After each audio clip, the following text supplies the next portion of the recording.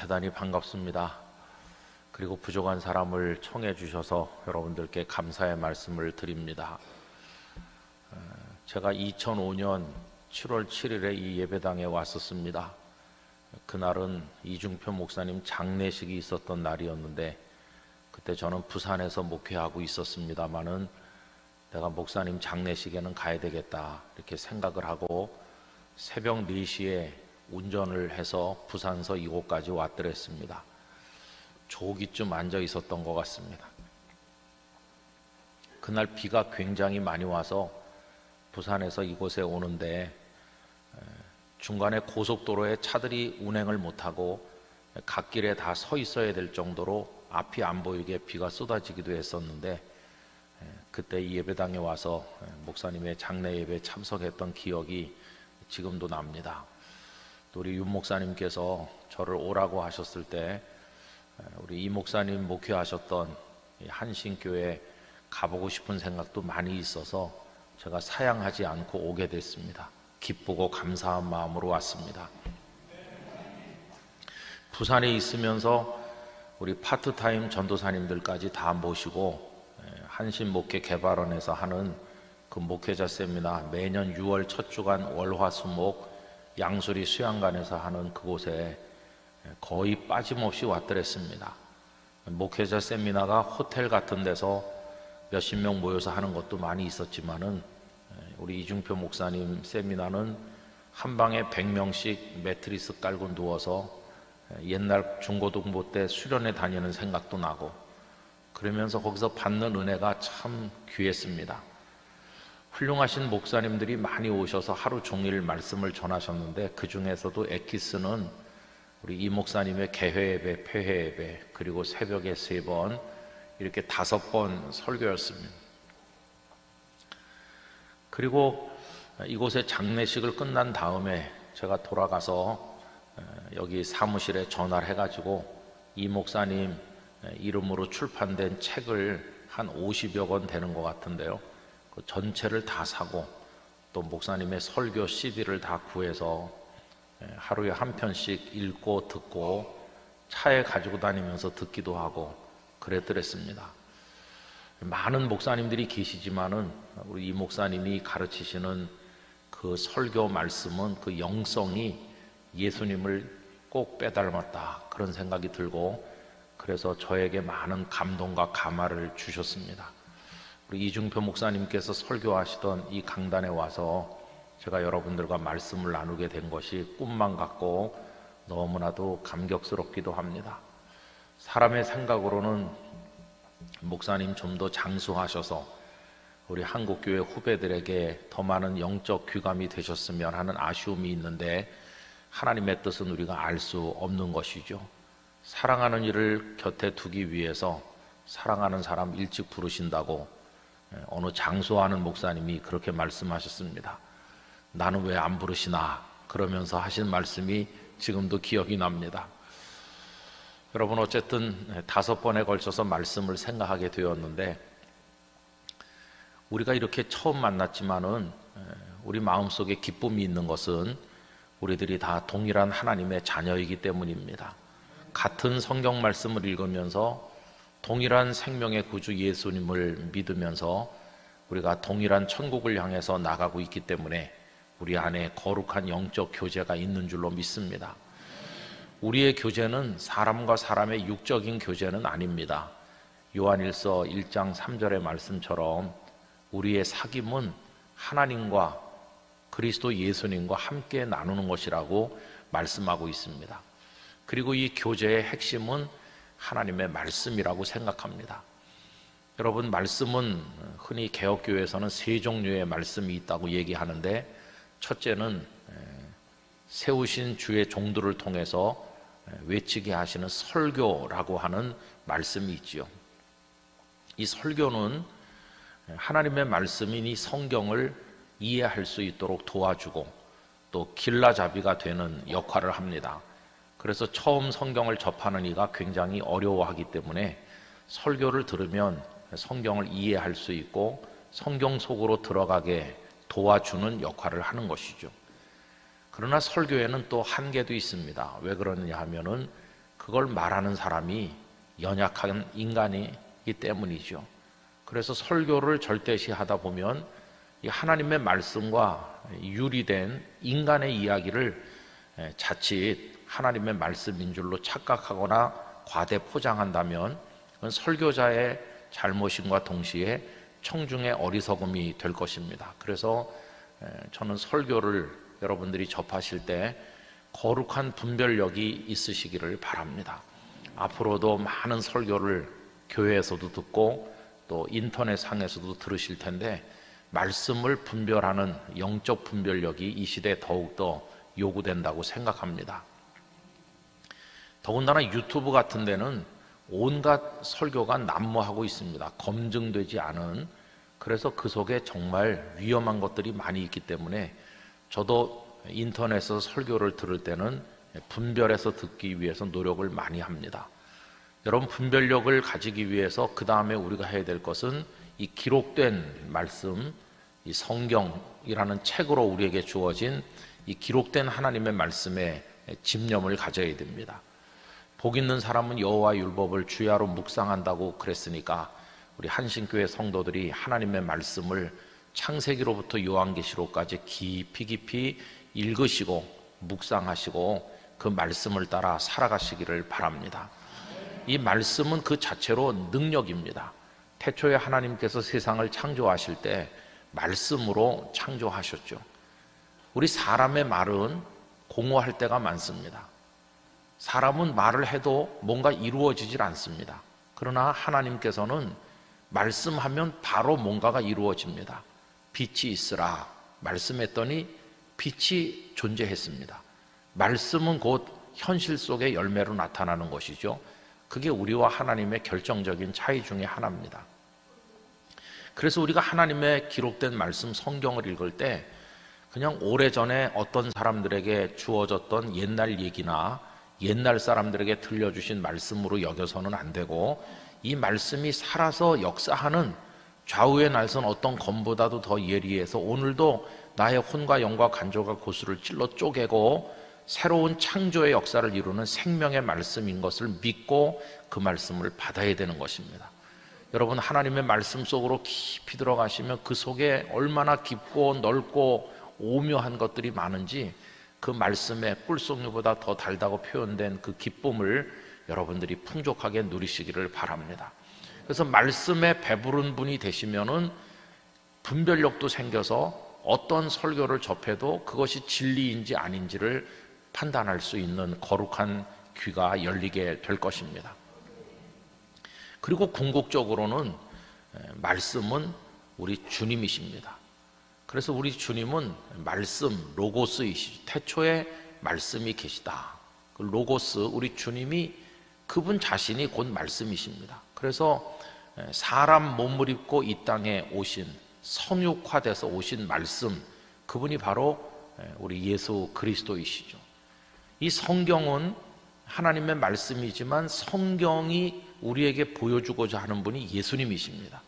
구약은 예수님을 우리에게 보내주시겠다고 하는 언약이고 약속이고 그것이 성취돼서 신약에 예수님이 이 땅에 탄생하셨고 예수님이 십자가와 부활의 역사를 통해서 우리를 구원하시는 생명의 길을 활짝 열어놓으셨는데 여러분, 그건 지금도 현재 진행형입니다.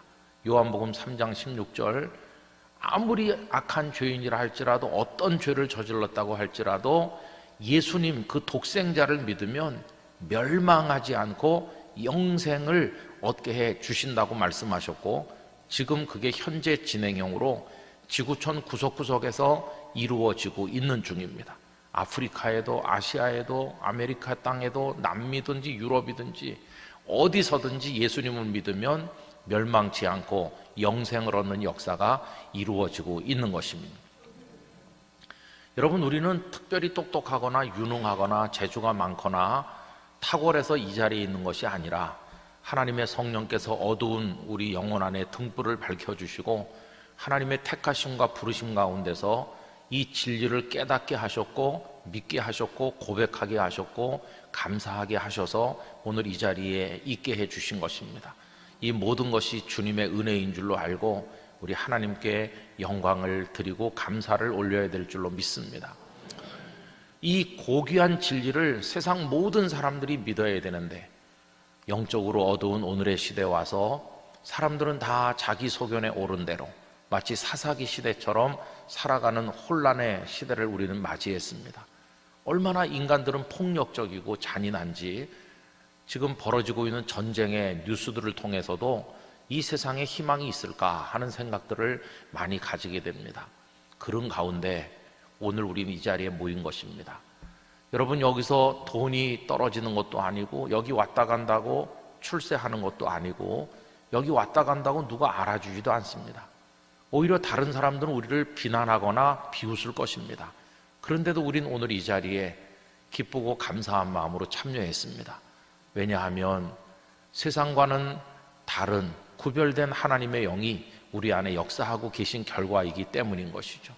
우리를 이곳으로 이끌어 오신 분은 성령님이십니다.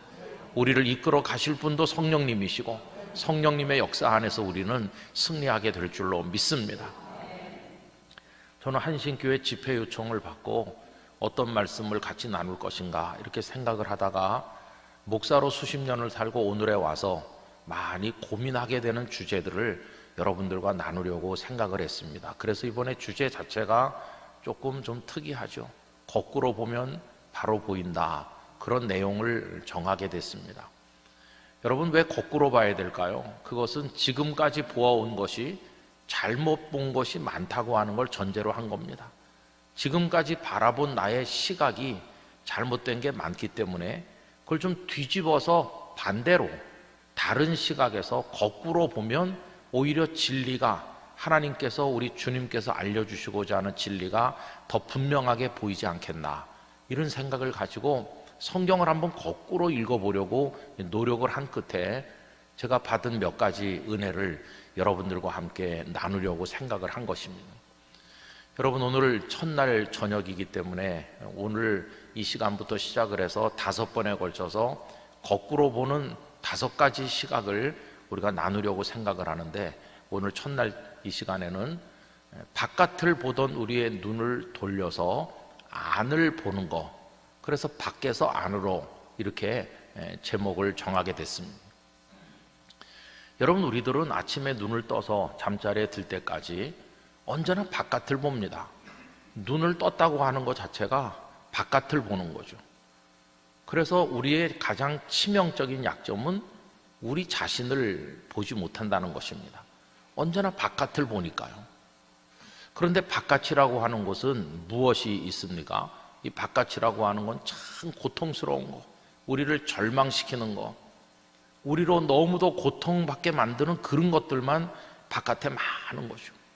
여러분, 뉴스를 들어봐도 다 그런 것들이 너무나 많아요. 바깥에 존재하는 것 자체가 우리를 힘들게 하는 게 많이 있지 않습니까? 오늘 하박국서 말씀을 읽은 것은 오늘 저녁에 나누고자 하는 이 주제에 가장 걸맞는 성경의 인물 한 분을 정한다고 하면 그분이 바로 하박국 선지자이기 때문입니다. 여러분, 하박국서는 석장으로 이루어져 있는데 1장에서 3장까지 오는 동안에 하박국의 시각이 바뀌는 걸 볼 수 있습니다. 1장의 하박국은 바깥을 보면서 좌절하는 연약한 한 사람입니다. 그런데 3장의 하박국은 그의 시각이 완전히 바뀌어서 더 이상 바깥을 보지 않고 바깥이 어떠하든지 상관없이 내면을 들여다보면서 자기 안에 계신 여호와 하나님으로 인하여 기뻐하는 사람으로 완전히 탈바꿈된 그런 하박국의 모습을 볼 수 있습니다. 저는 우리 한신교회 성도들이 오늘 저녁 이 말씀, 길지 않은 말씀이지만 이 말씀의 묵상을 통해서 1장의 하박국처럼 살고 계셨다면 3장의 하박국이 되시기를 축원합니다. 1장에서 3장으로의 여행을 이제 떠나는 것입니다.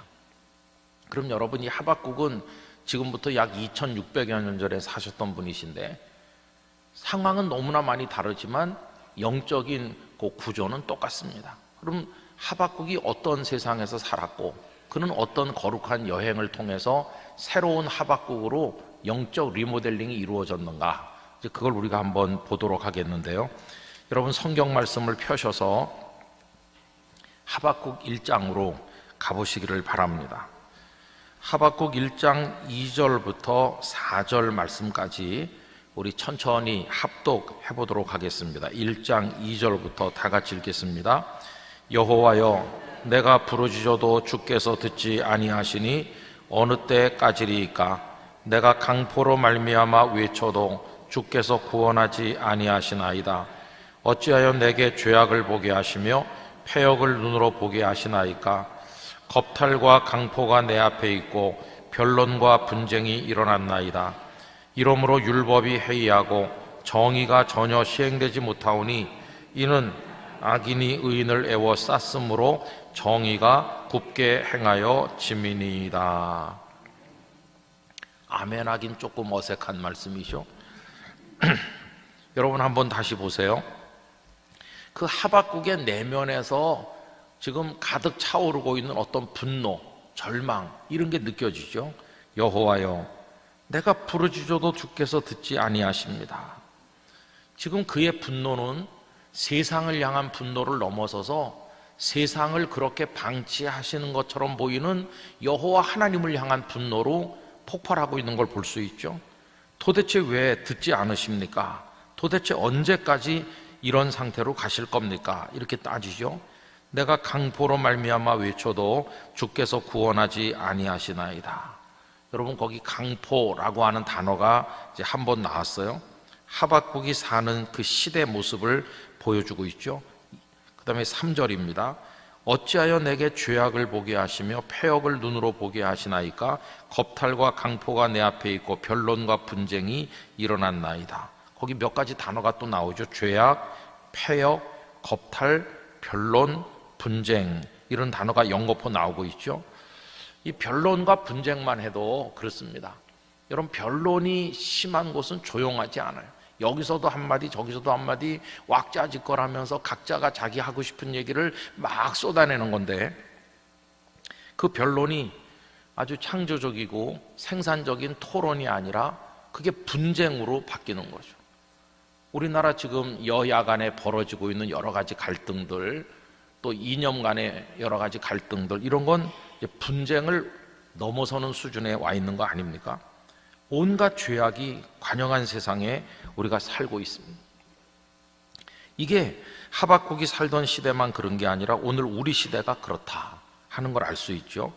이제 4절로 가보시면 종교적으로 봐도 다 타락했다는 걸 알 수 있습니다. 이러므로 율법이 해이해졌습니다. 정의가 전혀 시행되지 못하고 있습니다. 그래서 사회 부조리가 극에 달한 끝에 정의 같은 게 없는 거죠. 악인이 의인을 애워쌌습니다. 여러분 악인이 의인을 애워싼다는 건 숫자가 악인이 훨씬 많다는 겁니다. 의인이 한 명이면 악인은 한 10명 돼가지고 둘러싸고 있는 거죠. 그래서 정의가 굽게 행하여 짐이니이다. 요 2절, 3절, 4절이 바깥을 바라보면서 느낀 하박국의 좌절입니다. 여러분 그가 살던 시대는 남한국 유다의 후반기죠. 이스라엘 역사를 여러분들이 잘 아실 것입니다. 애굽에서 430년 동안을 살았고 그 중에 상당 시간은 노예로 살았습니다. 그러다가 하나님께서 보낸 구원자 모세의 인솔을 받아서 하나님의 권능의 편팔과 강한 손을 통해서 10가지 재앙이 임했고 그들은 마지막 재앙이 임하던 그날 밤 애굽 사람들의 맏아들이 죽어서 통곡하던 그날 밤에 그들은 430년 만에 그 땅을 벗어나 출애굽하게 됐습니다. 그리고 홍해를 만났지만 하나님께서는 홍해를 마른 땅으로 건너게 하셨고 애굽의 군대를 다 거기 수장시킴으로써 애굽과 완전히 결별하게 하시고 완벽한 구원을 보여주셨고 그리고 광야를 지나는 동안에 만나와 메추라기 구름기둥과 불기둥으로 그들을 인도하셨습니다. 그리고는 가나안 땅을 오래전에 약속하신 대로 그 땅을 젖과 꿀이 흐르는 땅을 허락하셨고 그들은 거기서 하나님의 은혜 중에 살았습니다. 그러나 패역한 백성들은 하나님을 떠나서 아까도 말씀드린 것처럼 자기 소견에 옳은 대로 행하면서 온갖 우상을 숭배하고 적의 침략을 받으면 잠시 회개했다가 사사들을 통해 구원받았지만 또 다른 죄를 또 지으면서 똑같은 구조가 반복이 됐죠. 그러다가 나중에 그들도 왕을 세워달라고 요청해서 사울이 초대 왕이 됐고, 두 번째 왕은 다윗이었고, 그때 이스라엘은 전성기를 맞이했죠. 그리고 다윗의 아들 솔로몬은 아버지 때 이루어진 그 전성기에 달콤한 열매를 먹는 시대였다고 할 수 있습니다. 그러나 솔로몬 말기에 가서 솔로몬 자신이 하나님 앞에 방탕하고 하나님의 뜻을 따르지 않으므로 하나님의 진노가 임해서 그가 죽고 그 아들 르호보암이 등장했을 때 나라가 둘로 나눠집니다. 북왕국 이스라엘과 남왕국 유다로 분열됐죠. 그런데 북왕국 이스라엘은 단 한 명의 의로운 왕, 믿음을 가진 왕을 배출하지 못하고 모두가 다 그 악한 왕이었습니다. 여로보암이 만든 단과 베델의 그 금송아지 우상을 섬기면서 타락해 갔죠. 그러다가 결국은 아수르에 의해서 멸망하게 됩니다. 남왕국 유다는 조금 더 견뎠죠. 그러다가 BC 586년에 느부갓네살 왕 바벨론에 의해서 완전히 무너지죠. 그럼 하박국은 언제적 사람일까? 정확히 연대를 특정할 수는 없지만 그 힌트를 보면은 거의 유다가 멸망하기 조금 전이라는 걸 알 수 있어요. 여러분, 남왕국 유다는 바벨론에 의해서 멸망하는데 느부갓네살 왕은 3번에 걸쳐서 남유다를 침략했습니다. 그 첫 번째가 갈그미스 전투가 있었던 BC 605년인데 그때 애굽을 물리친 바벨론의 군대가 돌아가면서 유다를 침략해서 포로들을 끌어갔죠. 그때 끌려간 사람 중에 대표적인 사람이 다니엘과 그의 친구들입니다.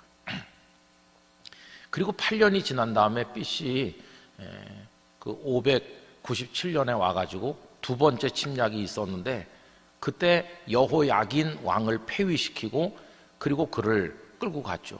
여러분, 여호야긴은 그때 18살밖에 되지 않았는데 왕 된 지 석 달 만에 왕의 자리에서 끌어내려지고 그리고 포로로 끌려가서 37년을 감옥에 있다가 풀려난 것으로 기록되어 있습니다.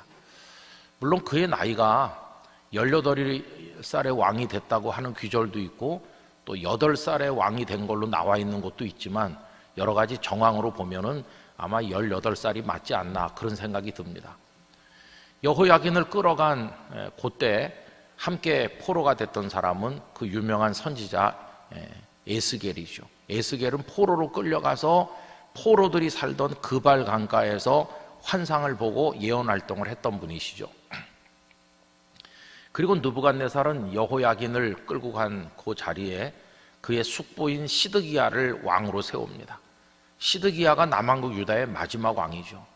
그래가지고 버티다가 결국은 3차 침공을 맞이하게 되는데 BC 587년이었습니다. 와가지고 1년이 넘도록 예루살렘을 포위하고 있다가 그 다음에 586년에 완전히 무너지죠. 예루살렘 성전이 다 불타고 거름더미가 되고 피가 강물처럼 흐르고 시드기야는 여리고 쪽으로 도망을 쳤는데 결국은 붙들려서 끌려가게 되죠. 끌려가서 보니 자식들이 다 잡혀와 있고 그 자식들이 적의 칼에 죽어가 나가는 것을 아버지가 이 땅에서 마지막으로 본 게 그겁니다. 자녀들이 죽는 걸 마지막으로 보고 얼마나 기가 막힌 일입니까? 그 다음에는 그의 눈을 뽑아버렸어요. 시드기야는 두 눈이 뽑힌 채로 쇠사슬에 결박당해서 바벨론까지 끌려가서 죽게 됩니다. 그리고 유다는 완전히 무너졌어요. 여러분, 이게 남왕국 유다의 마지막 모습이에요.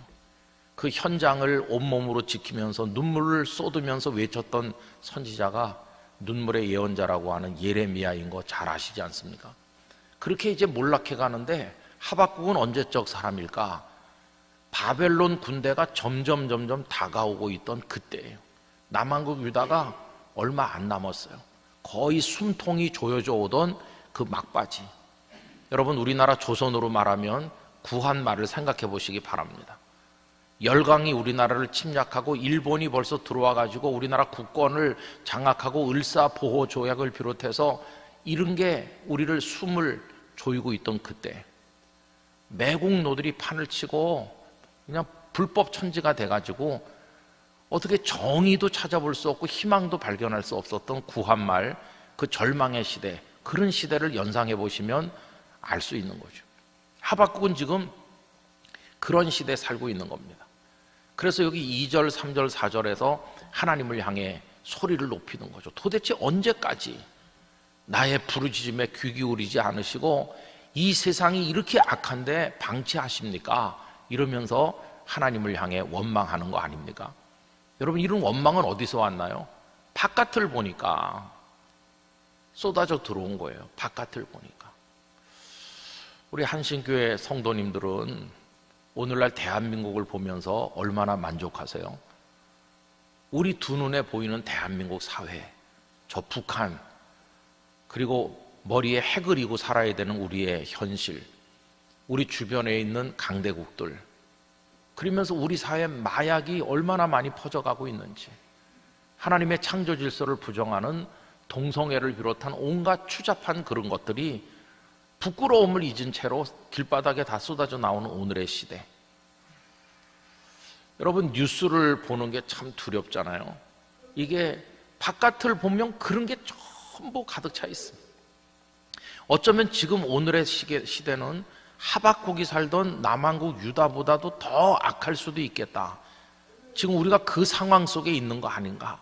이 2절, 3절, 4절의 탄식과 눈물과 외침이 우리들의 것이 아닌가, 이렇게 생각이 들 만큼 답답한 지경에 있는, 여러분 어떻게 될지 잘 모르는 거죠. 너무 갑갑하잖아요. 포괄적 차별금지법만 해도 참 우리 기독교인들을 많이 힘들게 했던 건 사실입니다. 지금도 뭐 많이 걸려 있죠. 목사님들이 가서 1인 시위를 하기도 하고. 여러분, 저도 제가 1인 시위 1호로 나가서 했는데요, 제가 진평연 대표이기 때문에 그렇게 했습니다. 진평연이 뭔지 모르시는 분을 위해서 알려드리면, 진정한 평등을 바라고 나쁜 차별금지법에 반대하는 전국연합, 그런 게 있는데 너무 길기 때문에 그냥 이름을 진평연이라고 했습니다. 몇백 개 단체가 거기 가입되어 있는데 거기 오는 분들도 단체 이름을 잘 몰라요. 너무 길어가지고. 거기는 불교 단체도 들어있고 캐톨릭도 있고 뭐 대부분이 우리 개신교 시민 단체들 이렇게 들어있습니다. 그래서 우리 사회를 동성애나 이런 것으로부터 지켜내야 된다, 이렇게 하는 거죠. 그래서 국회의원들이 가장 많이 출근하는 시간에 그 앞에 가서 1인 시위를 하고, 그 이후에 목사님들이 차례차례 많이들 지금도 이어서 하고 계시는 중에 있죠. 여러분, 이런 걸 왜 해야 되는 겁니까? 우리 사회가 왜 이렇게 됐나? 또 대한민국만 그런 게 아니고 소위 선진국이라고 하는 나라에서 그런 것들이 지금 들어오는 건데, 마약도 들어오고 세상이 왜 이런가? 하마스의 잔인한 그런 테러, 그걸 응대하는 이스라엘의 또 적개심, 거기서 희생돼 나가는 말할 수 없이 많은 사람들, 이걸 보면서 참 인간이 악하구나. 여기 첨단 과학이 발전하고 뭐 반도체 기술이 뭐 발전하고 로봇이 나오고 AI 시대가 온다고 그러지만은, 그래서 무슨 유토피아가 오나, 희망이 있나, 이런 생각을 해보면 정말 희망이 없어. 또 이걸 우리 가정으로 돌리면 어떻습니까? 뭐 세상을 말할 거 없이 내 눈앞에 있는 우리 가정, 여러분의 가정은 얼마나 만족하세요? 눈 뜨면 보이는 그녀와 그남 어떠세요? 흡족하세요? 아니면 어떻게 그런 여자가 내 앞에 있는 건가? 이런 영감이 내 앞에 있는 건가? 이러세요? 또 여러분이 10달 동안 배 아파서 낳은 아들, 딸에 흡족하게 만족하세요? 내가 낳은 애가 맞나? 그러시진 않으세요? 그리고 처음부터 고생하며 살려고 인생의 꿈을 가진 분은 한 사람도 없는데, 다 웨딩 마치 할 때는 공주가 되기를 원했고 여왕님이 되기를 원했고 다 그렇게 해서 시작했는데, 이제는 가정이 아니고 집구석이 된 지가 오래고, 그래가지고 얼마나 많은 사람들이 고통받습니까? 차라리 눈을 감자, 이렇게 가정 때문에 고통받는 사람 참 많습니다. 여러분, 직장은 또 어떠신가요? 일터에 가시면 아침에 상큼하게 모닝커피를 마시면서 동료들하고 머리를 맞대고 회사의 발전을 위해 일하고, 그리고 또 땀 흘리고 후회 없이 일하고 저녁에는 가벼운 마음으로 퇴근하고, 나에게 삶에 필요한 보상을 충분히 경제적으로 해주고, 거기서 성취도 좀 맛보고 행복하고, 그런 직장생활 다 꿈꿨을 텐데 회사 안에서도 아주 더티한 음모가 자행되면서 열심히 일했는데 어느 날 나가라 그러고 나보다 무능해 보이는 사람이 막 승진하고 그런 현실 앞에 많이 좌절하시잖아요. 그러니까 우리 삶을 에워싸고 있는 게 모두가 다 바깥에 있는 건데 내 밖에 있는 그것들이 얼마나 우리를 좌절시키는지 몰라요. 여러분, 그게 보통 사람만 그런 게 아니고 저 같은 목사도 똑같습니다. 신학교 들어갈 때 선지동산에 간다, 정말 주님을 위해서 나의 일생을 바치고 생명이라도 드려야, 그런 마음으로 다 올라가서 엎드려 기도하면서 말씀을 공부하고 그리고 꿈을 가지고 목회지에 가는 거죠. 목회지에 가서 기도합시다 그러면 다 같이 성도들이 기도하러 올 줄 알았는데 기도하자고 그래도 기도 안 하는 사람이 훨씬 많고 기도하러 오는 사람은 얼마 없고 전도하자고 그래도 전도하는 사람은 얼마 없고 전도 안 하는 사람이 훨씬 많고 전도 안 하는 사람은 믿은 지 얼마 안 되는 사람일 거라고 생각했는데 오래 믿은 사람일수록 전도를 안 하고 그 다음에 오래 믿은 중직자일수록 기도하러 안 오고 모든 게 다 영적으로 이렇게 뒤죽박죽이 돼 있고 성경 퀴즈 하면 1등 하는 사람이 가장 말씀대로 안 살고 그런 혼란을 우리가 많이 경험하고 있어요. 그래서 목회를 하는데 혼돈이 너무 많이 일어나요. 이거 어떻게 된 건가? 분명히 나는 강단에서 정직하게 살아야 된다고 말했는데 거짓말하는 성도도 많고 그런 혼란이 많이 있는 거죠. 그래서 여기 하박국의 탄식이 목사님들의 목양실에서도 많이 나옵니다. 언제까지 이렇게 놔두시는 겁니까? 하나님 왜 그 집사를 처리하지 않으시는 겁니까? 이렇게 목사님들도 울분을 토할 때가 많은 거죠. 제가 우리 이 목사님 설교집도 많이 읽고 그래서 여러분 아시는 얘기를 해보면은 우리 이 목사님도 하나님 앞에 왜 저 사람을 그냥 두십니까? 저렇게 악한 사람 왜 처리하지 않으십니까? 이렇게 하니까 하나님께서 이중표 목사님께 말씀하시기를 나도 처리 못해서 내가 죽었다 이렇게 하시면서 그러니까 너도 죽어라 이렇게 하셨다고요. 그래서 별세를 말씀하신 겁니다. 다른 수가 없어요. 죽는 수밖에. 그를 죽일 수는 없으니까. 그래서 여러분 여기 바깥을 보면 이런 좌절밖에 없는 거예요. 이렇게 하나님 앞에 소리를 높이니까 하나님께서 하박국에 한마디 답을 주셨어요. 한마디 답을. 여러분 그 답이 어디 나오냐면은 6절입니다. 6절 다 같이 읽어보겠습니다. 보라, 내가 사납고 성급한 백성 곧 땅이 넓은 곳으로 다니며 자기의 소유가 아닌 거처들을 점령하는 갈대아 사람을 일으켰나니. 이게 무슨 얘기냐 하면요, 너희 나라 남한국 유다가 얼마나 타락하고 악한지 나도 다 알아. 나도 다 알기 때문에 네가 그렇게 나를 향해서 따지지 않아도 나도 다 대책이 있다. 하나님께서 남한국 유다를 위해서 준비하신 대책이 뭡니까? 호되게 꾸짖기로 작정하셨어요. 채찍으로 때리기로.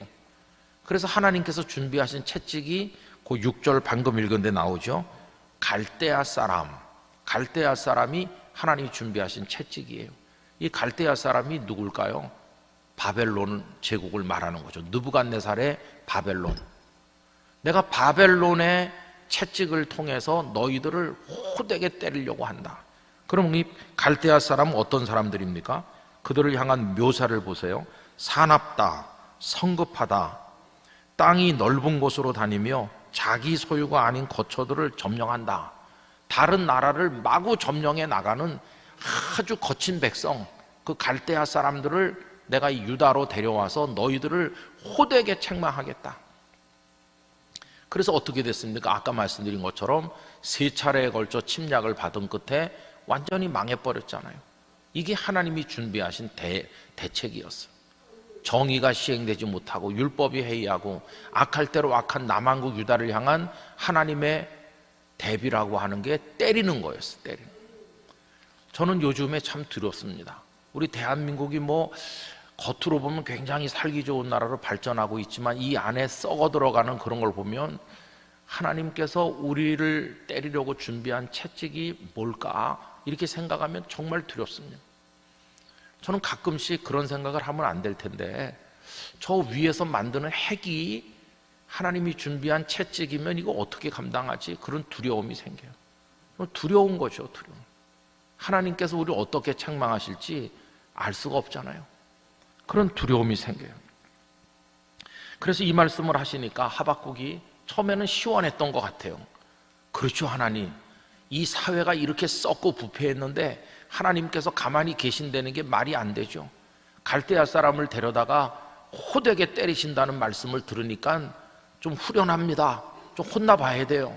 이런 생각이 잠깐 들었는데 조금 있다 보니까 혼란이 더 커졌어요. 왜 그러냐 하면 좀 이상한 것 같다 하는 것입니다.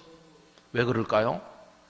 그래도 자기들은, 남한국 유다는 악하긴 하지만 하나님이 택했던 백성 아닙니까? 아주 악하긴 하지만 형식적으로라도 성전에서 제사를 드리면서 우상을 숭배하지만 또 가끔은 하나님을 부르기도 하는 그런 사람들 아닙니까? 그러면 저 바벨론 군대는요, 저 사람들은 아예 처음부터 하나님을 모르잖아요. 그러면 아예 하나님을 모르는 그들을 데려다가 그래도 하나님이 택한 백성이고 하나님의 이름을 가끔이나마 부르는 이들을 때린다고 하는 건 조금 이게 안 맞는 것 같거든요. 하나님 어떻게 우리보다 더 악한 사람들을 데려다가 우리를 치시려고 합니까? 그래서 하나님 앞에 항의를 또 해요. 두 번째 항의가 어디 나오느냐 하면 17절 맨 끝절 한 절만 보겠습니다. 17절 다 같이 읽읍시다. 그가 그물을 떨고는 계속하여 여러 나라를 무자비하게 멸망시키는 것이 옳으니까. 여기서 그는 느부갓네살이라고 생각해도 되고 그 나라 바벨론이라고 생각해도 됩니다. 바벨론이 얼마나 잔인하냐 하면 그물을 떨고는 계속하여 여러 나라를 무자비하게 멸망시키고 있질 않습니까? 여러분, 어부가 고기를 잡을 때 그물을 이렇게 던졌어요. 고기가 잡혔어요. 그러면 이제 다 떨어가지고 생선을 모을 거 아니겠어요? 그럼 가득히 찼으면 그 정도 잡았으면 만족하고 이제 그만 잡아야 되는데 얼마나 욕심이 많은지 떨고는 또 던지고 또 던진다는 거예요. 바벨론의 군대가 어느 나라를 점령했으면 만족할 줄 알아야 되는데 계속 다른 나라를 집어삼키는 거예요. 여러분, 느부갓네살의 바벨론 군대가 두로와 시돈 그 페니키아 지역을 다 점령했고 그리고는 남한국 유다를 먹어치웠고 밑쪽으로 내려와서는 애국까지 꼼짝 못하게 만들었고 그 주변을 완전히 다 점령했거든요. 그걸 얘기하는 거죠. 하나님, 아무리 우리가 악하다고 그래도 저 바벨론보단 좀 나을 텐데 바벨론을 데려다 우리를 치시는 건 너무 심한 것 같습니다. 이렇게 또 항의를 했어요. 그러자 하나님께서 이제 두 번째 답을 주시는 거죠. 그게 2장으로 넘어가는 겁니다. 2장 1절. 하박국이 그 두 번째 항의를 제기하고 이제 기다립니다. 제가 읽어보겠습니다. 내가 내 파수하는 곳에 서며 성루에 서리라. 하나님께서 내게 무엇이라 말씀하실는지 기다리고 바라보며 나의 질문에 대하여 어떻게 대답하실는지 보리라 하였더니. 여러분, 저는 우리 한신의 성도들이 2장 1절의 태도를 끝까지 견지하시기를 바랍니다. 이게 뭐냐 하면 이겁니다. 해결된 게 아무것도 없잖아요. 남한국 유다는 여전히 악하죠.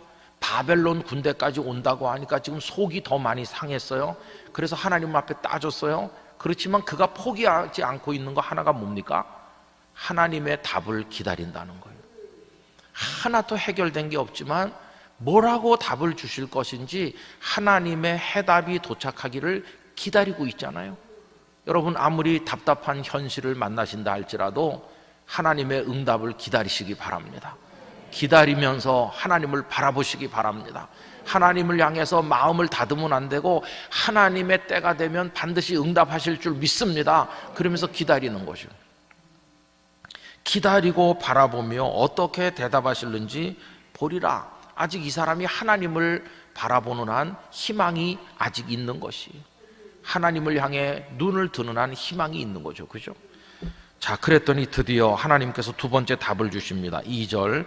여호와께서 내게 대답하여 이르시되 너는 이 묵시를 기록하여 판에 명백히 새기되 달려가면서도 읽을 수 있게 하라. 이런 얘기죠. 하박국, 나 너의 마음 다 알아.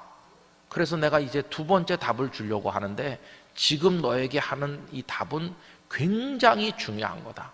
그러니까 너만 혼자 알고 있어서는 안 되고 달려가는 사람도 금방 볼 수 있을 정도로 아주 크게 써야 된다, 그런 얘기거든요. 판에 명백히 새기되 달려가면서도 읽을 수 있게 하라. 그 다음에 3절, 이제 내가 너에게 주려고 하는 이 묵시, 이 답은 반드시 이루어질 정한 때가 있는 거다. 그냥 한번 해보는 얘기가 아니고 반드시 이루어지는 정한 때가 있는데 그 종말이 속히 이르겠고 결코 거짓되지 아니하리라. 비록 더딜지라도 기다리라. 하나님의 때가 왜 안 오나 하고 답답하겠지만은 기다리라는 거예요. 그러면 지체되지 않고 정한 때에 반드시 응하게 될 것이다. 그러면서 꼭 이루어질 거니까 이제 내가 너에게 주려고 하는 답은 반드시 성취될 거니까 기다리면서 마음에 새겨야 된다, 이렇게 하시죠. 그리고 4절, 4절은 다 같이 읽겠습니다. 보라, 그의 마음은 교만하며 그 속에 정직하지 못하나 의인은 그의 믿음으로 말미암아 살리라. 할렐루야. 여러분, 이 4절은 너무도 중요한, 하박국 1장에서 3장까지 전체를 결정짓는 그런 말씀이죠. 전반부와 후반부가 판이하게 다릅니다. 4절을 눈으로 다시 한번 보세요. 보라, 그의 마음은, 여기서 그는 바벨론을 가리키는 거예요. 바벨론이라고 하는 나라, 그 바벨론을 다스리는 느부갓네살, 그 마음이 교만하고 그 속에서 정직하지 못하다. 바벨론은 악하다, 그런 얘기거든요. 그럼 바벨론은 지금 어떤 존재입니까? 하박국과 하박국이 살고 있는 남한국을 거칠게 몰아붙이는 원수들이죠. 그런데 그 원수가 아주 악한 세력이에요. 여러분, 원수가 연약하면 두려워할 게 없어요. 근데 원수가 강하면 두렵죠. 근데 강하기만 한 게 아니라 강한 데다가 악하기까지 하면 이건 뭐 어떻게 해볼 수가 없는 거죠. 지금 바벨론이 그런 거예요. 이걸 다른 말로 말하면 너를 둘러싸고 있는 환경이 악하기도 하고 강하기도 하다는 거예요. 아까 그 악인이 의인을 에워싼다고 그랬는데 의인은 한 명이고 악인은 10명이라는 식으로 너를 에워싸고 있는 너의 주변 환경이 너무도 악하고 그들은 강하다. 너는 그 안에 포위되고 있는 것처럼 희망이 없다, 그런 얘기예요. 상반절만 읽으면 절망이죠, 그죠? 그런데 상반절의 그 절망을 뒤집는 놀라운 은혜의 말씀이 4절 하반절이죠. 4절 하반절, 그렇다고 할지라도 환경은 그렇지만, 이렇게 하는 거죠. 환경은 그렇지만 의인은, 이 의인이 누굽니까? 아까 1장에서 악인들에게 에워싸여 있는 의인이죠. 악인들에게 에워싸여서 희망이 없는 그 의인은 끄트머리 단어가 뭡니까? 죽습니까? 아니요, 삽니다. 살아. 이게 놀라운 거죠. 악인들에게 둘러싸였으면은 그 의인은 죽어야 될 것 같은데 의인이 산다는 거예요. 여러분, 의인은 살리라. 이게 복음인 줄로 믿습니다. 어떻게 의인이 살 수 있습니까? 하나님이 살려주시기 때문이죠. 하나님은 살려주시는 분이시거든요. 하나님은 생명의 하나님이시거든요. 그래서 의인은 죽을 것 같은데 사는 거예요. 죽을 줄 알았는데 산다는 거예요. 어떻게 사나? 그 가운데 그 비결이 나오죠. 그의 믿음으로 말미암아 살리라는 거예요. 여러분, 여기 의인은 여러분들이시고 접니다. 우리는 지금 악한 세력에 에워싸여 있어요. 살지 못할 것 같아요. 절망의 상황에 있어요. 그런데 우리는 살 줄 믿습니다. 우리의 결론은 사는 거예요. 어떻게 사나? 그의 믿음으로 말미암아 산다는 거예요. 그럼 여러분, 이제 여기서 중요한 건 그의 믿음이라고 할 때 그가 누구냐 하는 것입니다. 의인은 그의 믿음으로 말미암아 산다. 여러분, 이 문장을 자세히 읽어보면 그가 누구일 것 같습니까? 그가 의인이죠. 의인. 의인이 하나님을 향해서 가지는 믿음으로 말미암아 그 사람은 살게 될 거다. 그리고 의인이 어떻게 하는 겁니까? 하나님, 바깥 세상이 캄캄합니다. 너무도 악합니다. 저는 못 살겠어요. 정말 나오는 건 눈물밖에 없고 탄식밖에 없어요. 하나님, 나를 이렇게 버리시진 않을 거죠? 저 세상에 절망했지만 하나님을 향해서 아직도 저 포기하지 않았어요. 하나님, 저를 구원하실 줄 믿습니다. 그럼 이게 믿음이죠, 그죠?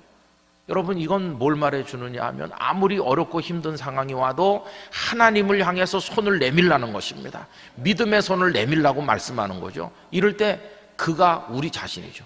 의인은 그의 믿음으로 말미암아, 사람이 하나님을 향해 믿음을 가질 때 그 믿음으로 그가 살 것이다, 그렇게 되는 거죠. 그런데요, 이 그가 우리 사람을 가리키는 단어로 끝나는 게 아니에요. 여기 그의 할 때 이 그가 때로는 하나님을 가리키기도 합니다. 하나님. 여러분, 마소라 텍스트라고 하는 히브리어 원문으로 되어 있는 그 성경 텍스트 중에 이 그를 하나님을 믿는 사람을 가리키는 거다 이렇게 안 돼 있고, 이 그가 하나님을 가리키는 걸로 돼 있는 성경들이 있어요. 그럼 이게 어떻게 되느냐면, 의인은 산다. 어떻게? 그가 하나님을 믿어서 사는 게 아니라 반대로 하나님께서 그 의인에 대해서 가지고 계신 믿음으로 인해서 그 사람이 살게 될 거다. 해석이 반대로 되는 거죠. 이때 이 믿음은 히브리어 단어로 에무나라고 하는 것입니다.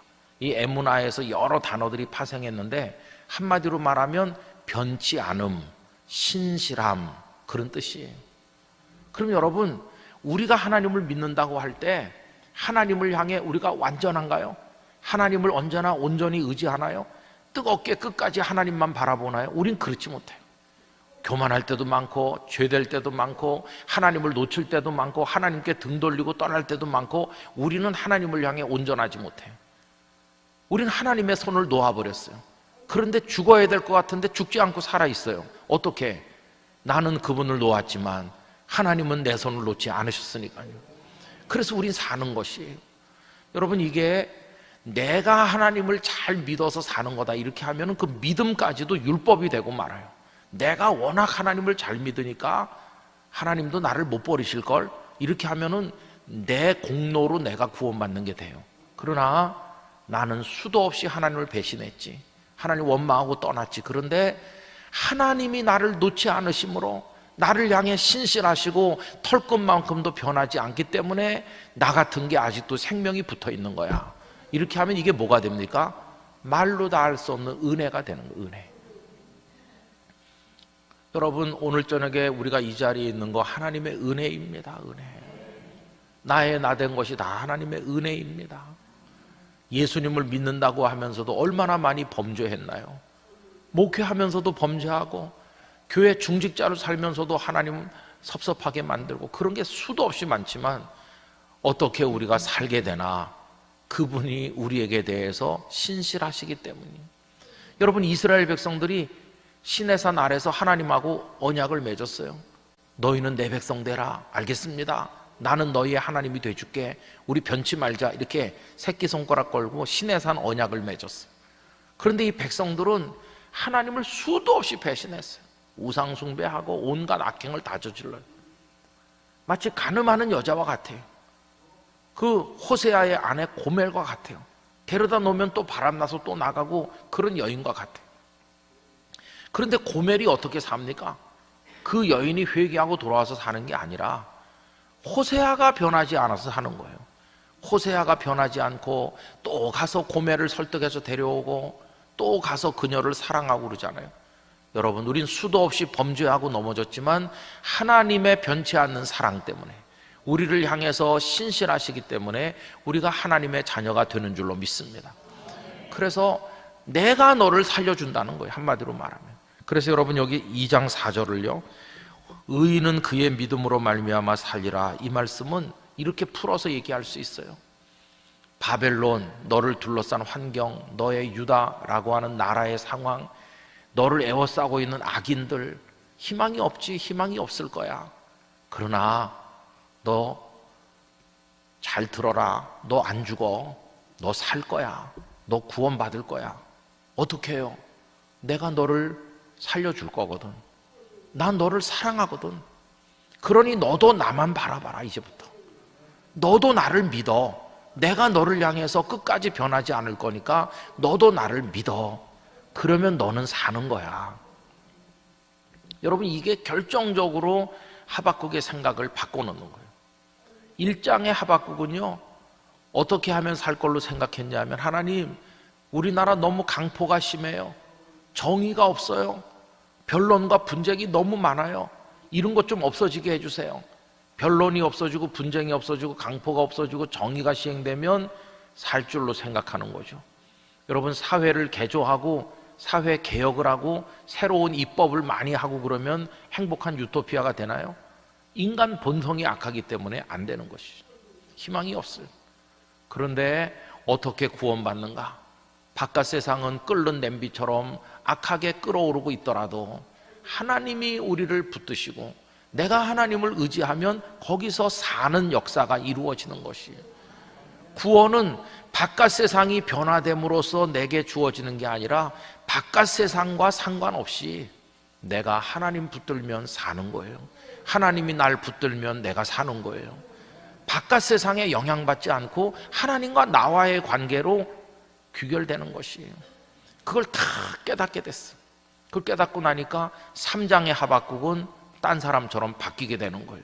여러분, 이제 오늘 본문으로 돌아가겠습니다. 3장 16절, 아까 우리 읽었던 본문입니다. 제가 16절을 읽어보겠습니다. 내가 들었습니다. 어떤 소식을 들은 거예요. 그 소식을 듣고 나니까 창자가 흔들린다고 그랬어요. 그 목소리로 말미암아 입술이 부들부들 떨려요.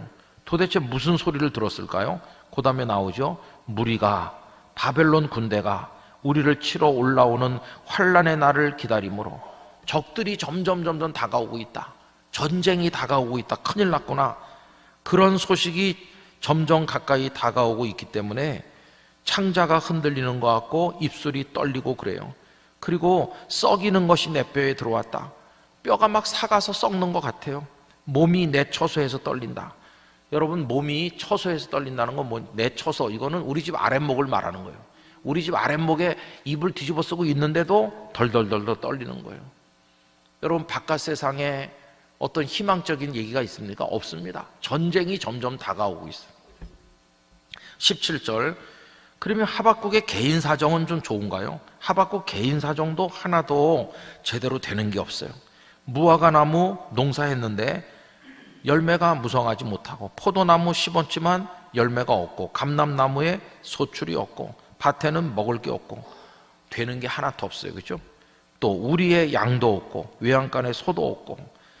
여러분, 16절과 17절 요 두 절만 읽으면 못 살 것 같아요. 이제 나는 죽겠구나, 이런 절망밖에 없잖아요. 1장의 하박국이라면 요 16절 17절의 상황에서 어떤 반응을 보여야 될까요? 하나님을 향해 막 화를 내야 돼요. 그죠? 따지고 그래야 돼요. 그런데 18절 말씀을 보면 전혀 다른 반응을 보이는 걸 볼 수 있어요. 18절 19절 다 같이 읽겠습니다. 나는 여호와로 말미암아 즐거워하며 나의 구원의 하나님으로 말미암아 기뻐하리로다. 주 여호와는 나의 힘이시라. 나의 발을 사슴과 같게 하사 나를 나의 높은 곳으로 다니게 하시리로다. 이 노래는 지휘하는 사람을 위하여 내 수금에 맞춘 것이니라. 할렐루야. 여러분, 그 1장의 하박국 같으면 이 16절과 17절의 상황에서 도저히 못 산다고 하나님 앞에 대들었을 거예요. 그런데 아까 2장 4절을 통과했잖아요. 하박국, 너 안 죽어. 너 살 거야. 의인은 살게 돼 있어. 어떻게? 내가 너를 놓지 않거든. 너도 날 놓지 말아라. 너랑 나랑 잘해보자. 우리 같이 손잡고 너는 나만 바라봐. 바깥 세상 보지 말고 나만 보고 있으면 사는 거야. 이렇게 하셨거든요. 그래서 18절 그걸 가만히 뜯어서 읽어보십시다. 나는 여호와로 말미암아 즐거워하는 거예요. 아, 우리 사회에 이제 변론과 분쟁이 없어졌고 강포가 없어졌고 그래서 즐거워하는 게 아니라 여호와로 말미암아 즐거워하는 거예요. 그런데 그 여호와 하나님은 어떤 분이시라고요? 구원의 하나님으로 말미암아 기뻐하리로다. 여러분, 여기서 구원이 뭘까요? 우리가 생각할 때 구원은 바벨론 군대가 오다가 후퇴해서 가는 거, 그 다음에 유다 사회가 정직하고 올바른 사회로 살기 좋은 세상으로 확 바뀌는 거, 그게 구원일 것 같은데 그런 구원이 지금 있습니까? 없습니까? 없잖아요. 전쟁은 점점 가까이 오고 있고 농사져도 목축을 해도 아무것도 안 됐잖아요. 그런 구원이 아니라는 걸 알 수 있어요. 여기 구원은 뭘까요? 바깥 세상이 변화되는 그런 구원이 아니라 하나님의 품 안에 안기는 걸 구원이라고 말하고 있는 것입니다. 하나님 안에 들어가는 게 궁극의 구원이다. 그 얘기를 지금 하고 있는 것이죠. 그래서 하나님을 바라보니까 힘이 생겼어. 힘이. 1장에서는 막 죽고 싶을 만큼 힘들었는데 19절 주 여호와는 나의 힘이시라. 하나님께서 살아갈 힘을 주셨어요. 악한 세상에서도 포기하지 않을 힘을 주셨어요. 수도 없이 실패했는데 또 도전할 수 있는 용기를 주셨어요. 다른 사람들이 악할수록 나는 하나님의 말씀대로 살아야 되겠다는 결심이 더 견고해지도록 해주셨어요.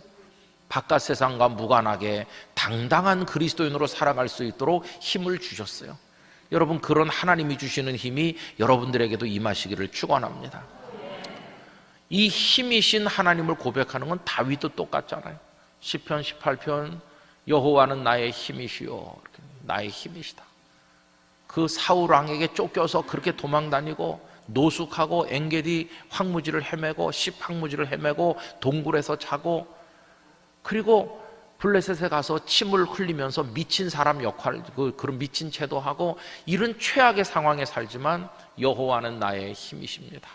살 힘을 주시는 것이 우리 한신교회 성도들에게 하나님이 살아갈 힘을 주시기를 바라고, 나는 살 거다, 죽지 않는다, 이런 확신을 가지도록 도와주시기를 원하는 것입니다.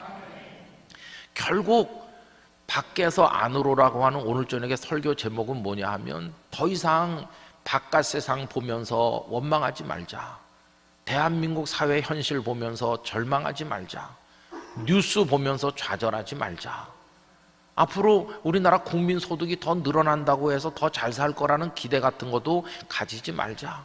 내가 사놓은 집이 다락같이 올라서 돈이 좀 생겨도 그게 나를 구원할 거라는 기대 같은 건 가지지 말자. 바깥 세상에 대해서 한 걸음 뒤로 물러서서 이제는 좀 초연하자. 그리고 이제는 모든 영혼의 촉각과 모든 감각을 오직 하나님께만 맞추자. 하나님 나를 버리지 않으시니 내가 살 줄 믿습니다. 이제 나도 하나님께만 올인하도록 하겠습니다. 하나님 안에 살도록 하겠습니다. 이렇게 하나님과의 교제가 깊어지시기를 바랍니다. 이게 안을 보는 것입니다. 우리 내면을 들여다보는 거죠. 내 영혼 속을 들여다보는 겁니다. 내 영혼 속에 온갖 악함, 세상에 대한 근심과 걱정, 하나님을 향한 분노, 주변 사람들을 향한 원망, 이런 게 꽉 차 있는데 이제 그거 다 드러내고 내 마음을 정결하게 해서 나의 구원의 하나님, 힘이 되신 여호와 하나님을 내 속에 모시는 거죠. 하나님 한 분으로 만족하는 거죠. 하나님은 나의 전부이십니다. 이렇게 고백하는 거죠. 여러분, 저도 목회를 하면서 다양한 경험을 많이 했어요. 32살에 부산에 가서 작은 교회를 목회하는 것으로부터 해서 예배당을 짓다가 파국에 이른 적도 있고 많은 실패와 좌절들을 경험했어요. 지금은 영락교회 와서 또 감당하기 어려운 교회를 또 섬기고 있기도 해요. 근데 여러분, 이 평생의 환경은 계속 변했어요. 이럴 때도 있고 저럴 때도 있었어요. 작은 교회, 또 지금은 큰 교회, 또 제가 건강했을 때, 병약했을 때, 또 암 수술을 받았을 때, 뭐 다양한 그런 것들이 있어요. 그러나 여러분, 환경은 다양하게 변하고 그것들이 위기로 다가올 때가 많았지만 지나간 수십 년 동안 변치 않은 것 딱 하나입니다. 앞으로도 변하지 않을 것, 그거 하나뿐이에요.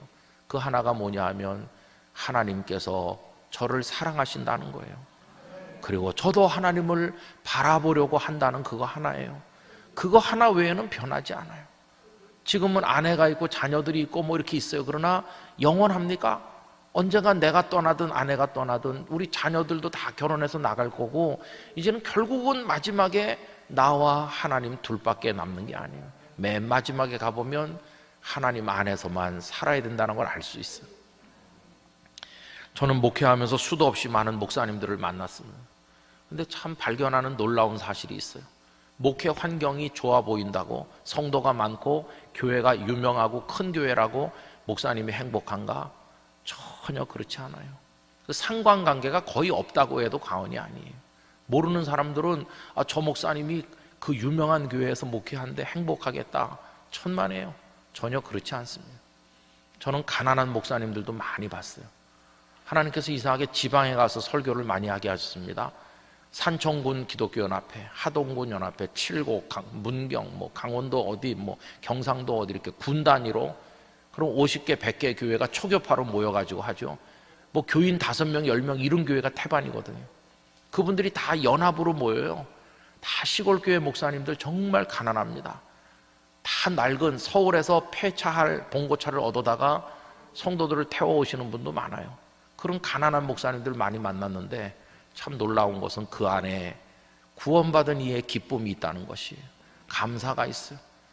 하나님 왜 나를 이런 시골 구석에 버렸습니까? 이렇게 원망하지 않고 얼마 안 되는 성도들과 함께 눈물을 흘리면서 자기 주머니를 털어서 밥을 해서 같이 나눠 먹으면서 그 할아버지 할머니들 집에 가서 밭일을 도와드리고 도배를 해드리고 아프면 병원에 모시고 가고 그러면서 예수님을 얘기하는, 그러면서 30년 40년을 사는, 그리고 얼굴이 천사같이 해처럼 빛나는 그런 목사님들을 많이 만났어요. 어떻게 그럴 수 있나? 답은 하나입니다. 바깥 세상 보면 좌절해서 못 살아요. 그러나 안을 보면 내 안에 주님이 계신 거예요. 내 안에 하나님이 계시다. 그 하나님은 한 번도 나를 외면하신 적이 없으시다. 나를 손에서 놓으신 적이 없으시다. 앞으로도 그러실 줄 믿습니다. 내 호흡이, 마지막 호흡이, 숨이 가쁜 그 순간을 만나도 내 최후의 한 모금 숨까지도 하나님은 붙드실 것이고 나를 받들어 올려 영원한 생명의 나라로 이끌어 가실 줄 믿습니다. 나는 여호와로 인해서 살 줄로 믿습니다. 그다음부터는 바깥 세상은 눈에 들어오지 않는 것이에요. 여러분, 이 두 눈을 뜨면 바깥이 보입니다. 그러나 이제 이 눈은 감고 성도님들의 마음의 눈을 뜨셔서 우리 안에 계신 주님을 바라보시기 바랍니다. 그리고 절대로 주님을 놓치지 않으시기를 바랍니다. 그러면 우리는 살게 될 것입니다. 그 축복에 이미 우리를 초대해 주신 줄 믿습니다. 여러분들에게 그런 은혜가 충만하시기를 진심으로 기원합니다. 그래서 거꾸로 보면 바로 보인다고 그랬는데 바깥을 보지 말고 우리 안에 계신 하나님을 보면 그때 구원의 기쁨이 바로 보이게 될 것이고 은혜를 깨닫게 될 것입니다. 이제 두 번째 얘기는 내일 새벽에 할 텐데 그건 개봉박도입니다. 내일 새벽에 오셔서 함께 해주시기를 부탁드립니다. 기도하겠습니다. 거룩하시고 사랑이 많으신 아버지 하나님, 바깥 세상은 우리를 절망으로 몰고 갑니다. 좌절시킵니다. 못 살 것 같은 세상입니다. 죽을 것 같은 세상입니다. 그러나 주께서 우리 안에 계시니, 우리를 놓지 않으시니, 우리를 붙드시니 이제 저희도 주님을 붙들고자 합니다. 오직 의인은 그의 믿음으로 말미암아 사는 줄 믿습니다. 주님 한 분만으로 승리할 수 있게 하여 주옵소서. 주님은 나의 힘이십니다 고백하는 한신의 성도들 되게 해 주시옵소서. 예수님의 이름으로 기도 올리옵나이다. 아멘.